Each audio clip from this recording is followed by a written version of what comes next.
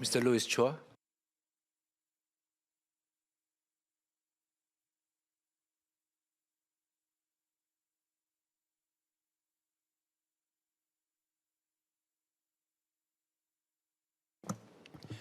Mr. Speaker, as I was preparing for my speech for the budget debates for this year, I can't help but feel a sense of déjà vu as I revisited the speech I made last year. Our national coffers are fuller than ever, yet the structural burdens on the average Singaporean household remain stubbornly heavy.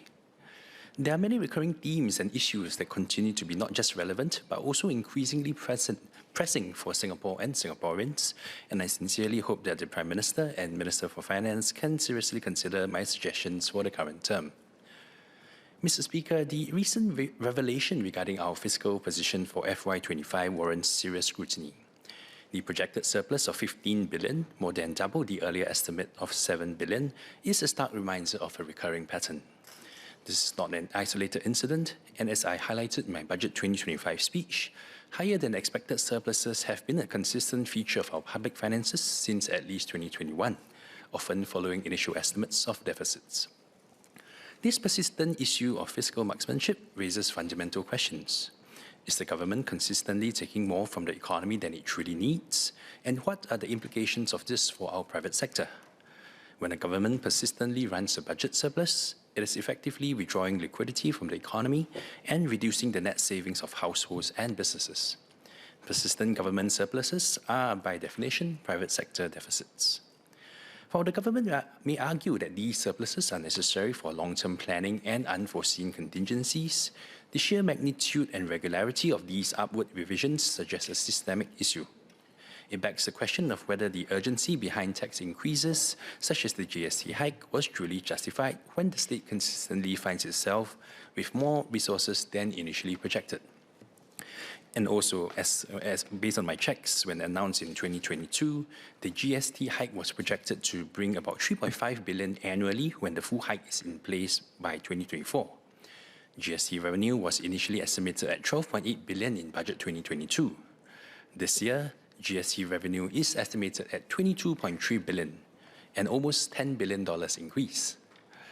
And let us not forget that Singapore's way of accounting differs from international norms such as that of the IMF, the most notable of which is the exclusion of land sale proceeds amounting to 21 billion in 2025 and estimated at 21 billion in 2026. Including these receipts would reveal a much larger fiscal surplus, reinforcing the argument that the government is extracting more resources from the economy than is necessary at the time. In the face of these record surpluses, the government's primary response remains a reliance on one-off handouts and ad hoc vouchers. As I have argued previously, we need better structural levers that automatically adjust to reflect the economic realities Singaporeans face, instead of uncertain one-off handouts that may or may not be renewed each year. Let me briefly recap the measures that I have proposed in my Finance Bill speech from November 2025. The personal income tax brackets in Singapore have not been updated for more than 24 years.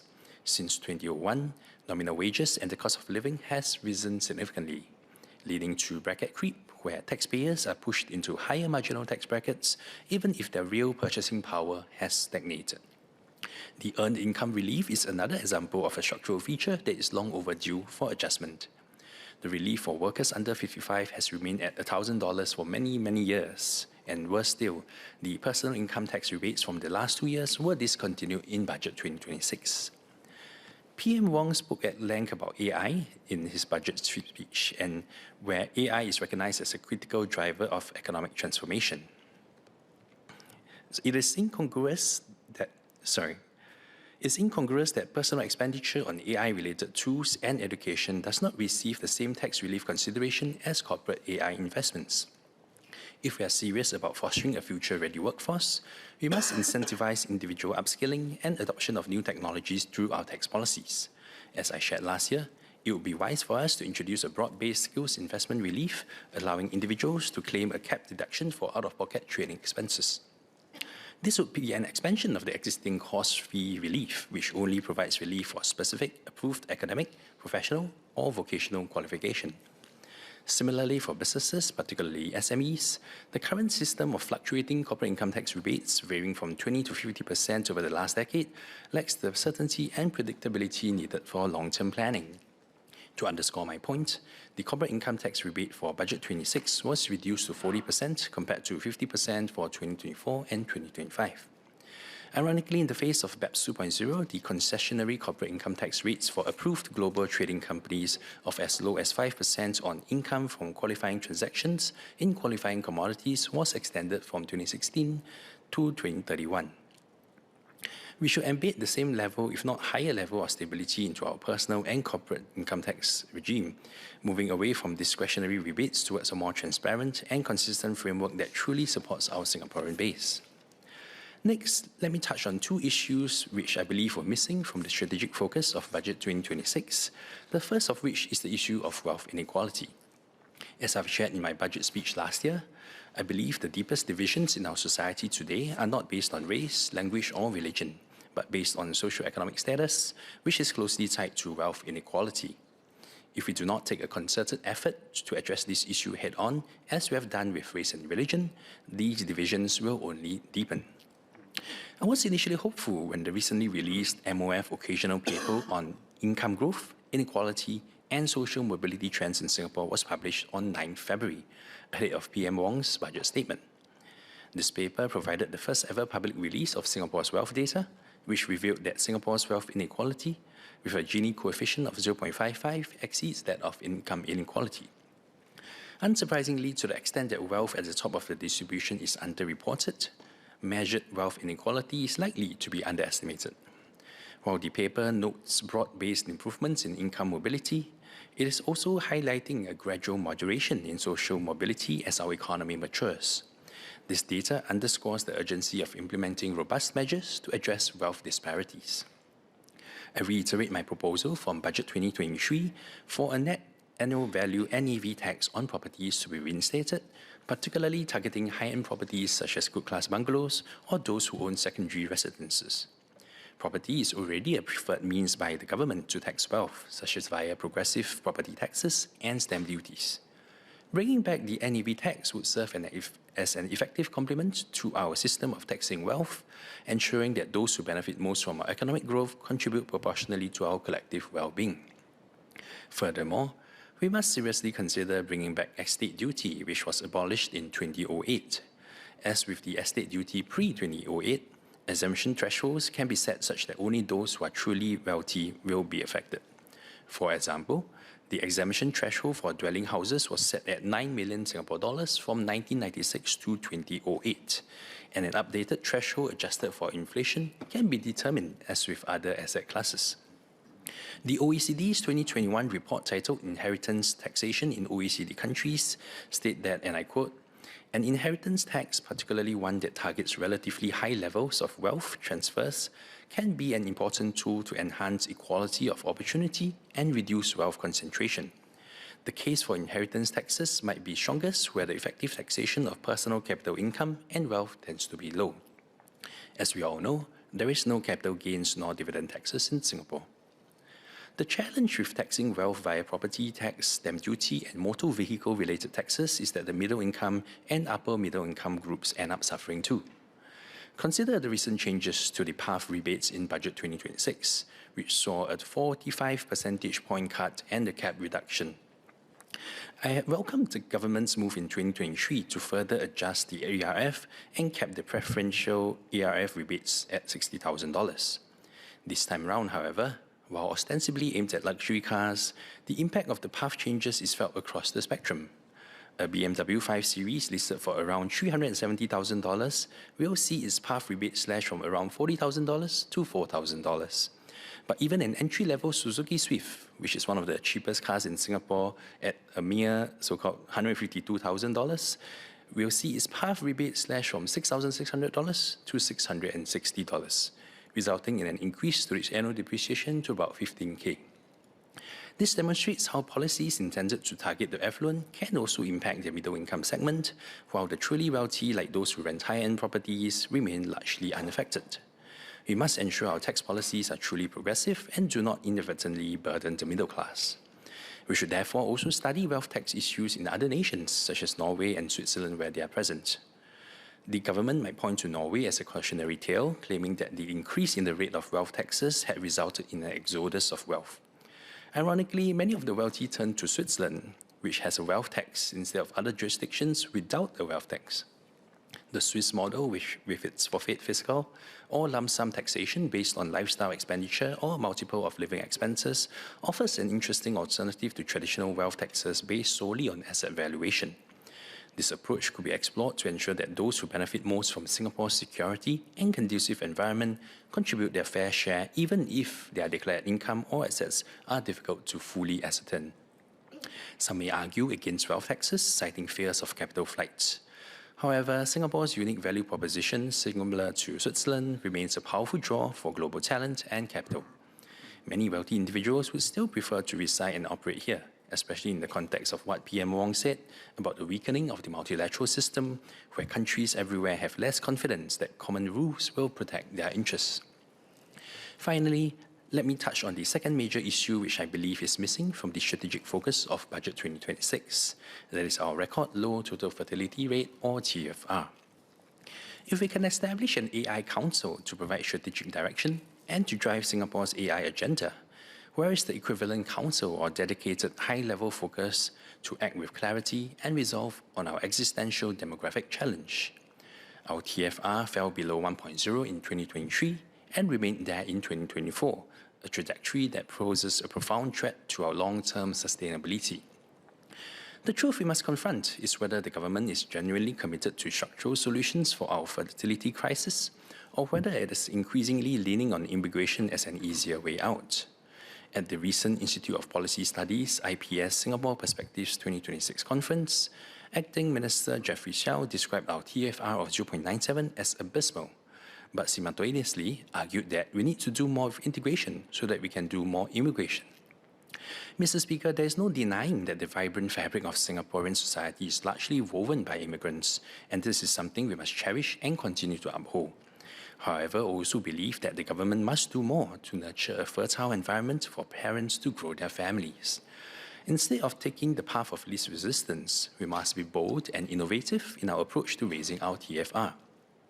I wish to draw attention to Hungary's aggressive pro-natalist policies, which offer a case study in comprehensive, albeit sometimes controversial interventions, where its TFR rose meaningfully from around 1.2 in 2011 to 1.6 in 2020. While some may point out that Hungary's TFR declined to 1.39 in 2024, arguably, macroeconomic factors may also have a significant role to play. The point here is this, that Hungary is fully exempting mothers with 3 children from paying personal income tax, regardless of age, and starting this year, even mothers under 30 with at least 1 child will be fully exempt. Are we willing to be this bold in our approach and exempt mothers from personal income taxes? For sure, money is not the be-all and end-all when it comes to having children. But according to a 2024 NTU survey of 230 young Singaporeans, financial considerations were raised by 70% of respondents as a reason why they do not wish to have children. This reason was also mentioned by the majority of married respondents to 2021's Marriage and Parenthood Survey as the biggest hurdle that prevents them from having children. As part of this year's budget package, the household income ceiling for childcare subsidies was increased from $12,000 to $15,000, while families with children below 12 years old will receive $500 in Life SG credits. However, given that parenthood is a massive undertaking that lasts decades, I believe that more can be done across the spectrum. As of the 2020 census, 53% of married couples were dual income. While not all dual income couples have children, those who have often need to balance their parenting and work duties. Hence, I've previously suggested that the government implement the statutory right to request for flexible work arrangements, as well as increase statutory childcare leave. Moreover, the caregiving burden is often unequally shared, as the odds are usually stacked against the mother's favour. Recent Nobel Prize-winning economist Claudia Golden observed that this motherhood penalty usually arises from mothers halting their careers right after childbirth. And as their child gets older, they would turn to jobs that offer greater flexibility but lesser pay. Hence, our policy should aim to recalibrate this imbalance, such as via tax incentives. Even if the government does not wish to take the Hungarian approach, The least we can do is to not make mothers pay more taxes, and I have shared on many occasions in this House. I hope the government would revert back to the previous iteration of the WMCR, which is applicable only to mothers with children born before 2024. While there could be a small group of lower-income working mothers who would benefit from this change, the majority of would-be working mothers will be worse off with the change in methodology. For lower-income working mothers, a tax rebate can be given, and even if the tax rebates granted exceeds the tax payable, tax credits can be paid out in cash to ensure the reliefs are not lost. Moreover, single mothers are not eligible for the WMCR, and even if we cannot raise their children on their behalf, the least we can do is to ensure that our tax policies do not discriminate against them. The bottom line is that structural issues to our low TFR, such as work-life balance, societal expectations, and the high cost of raising children, must be comprehensively addressed. We must learn from international experiences and our own experiences to further tailor our policies to our unique context, ensuring that we create an environment where Singaporeans truly feel supported and confident in starting and raising families. Mr. Speaker, in Mandarin, please. 议长先生，我今天的发言聚焦于2026年财政预算案中4个急需关注的领域。首先是财政预测精准度不足 fiscal marksmanship 的长期问题。政府持续性地超额征收税收，让我们不得不质疑调高税率的必要性，以及这对国人造成的冲击。2025年的预计盈余高达151亿，是最初估算68亿的2倍多。这种年年多收的模式已成常态，而非偶然。回顾2022年，政府预测消费税全面调高后，每年将增加约35亿的收入。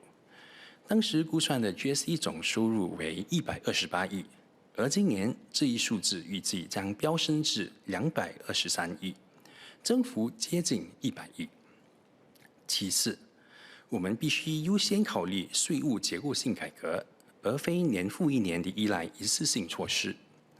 这包括根据通货膨胀调整个人所得税利率的积分，以及更新各项税务的减免。第三，解决财富不平等已刻不容缓。财政部最近的专题报告也强调了这一挑战。我们需要采取更大胆的措施，如重新引入净年值 NEV 税，重新考虑遗产税，并探索瑞士等国的创新财富税模式。我们不能因为担心超级富豪撤跑了，就让那些落地生根、跑不了的中产阶级承担不成比例的重担，让他们成为财富鸿沟下的牺牲品。最后，我们必须以应对人工智能等经济挑战同等的紧迫性，来面对极低的生育率挑战。借鉴国际经验，我们必须制定全面结构性的解决方案，赋予新加坡人建立家庭的底气和能力。政府可能会辩称这些举措风险过高，或者我们必须保持保守的态度。但我反问，究竟什么才是更大的风险？是我们破纪录的盈余中少收几个百分点的税，还是任由国家的人口根基日益枯萎？任由财富集中在极少数人中，而让中产阶级的新加坡人来买单呢？让我们建立一个更公平、坚韧且可持续性的社会契约。谢谢。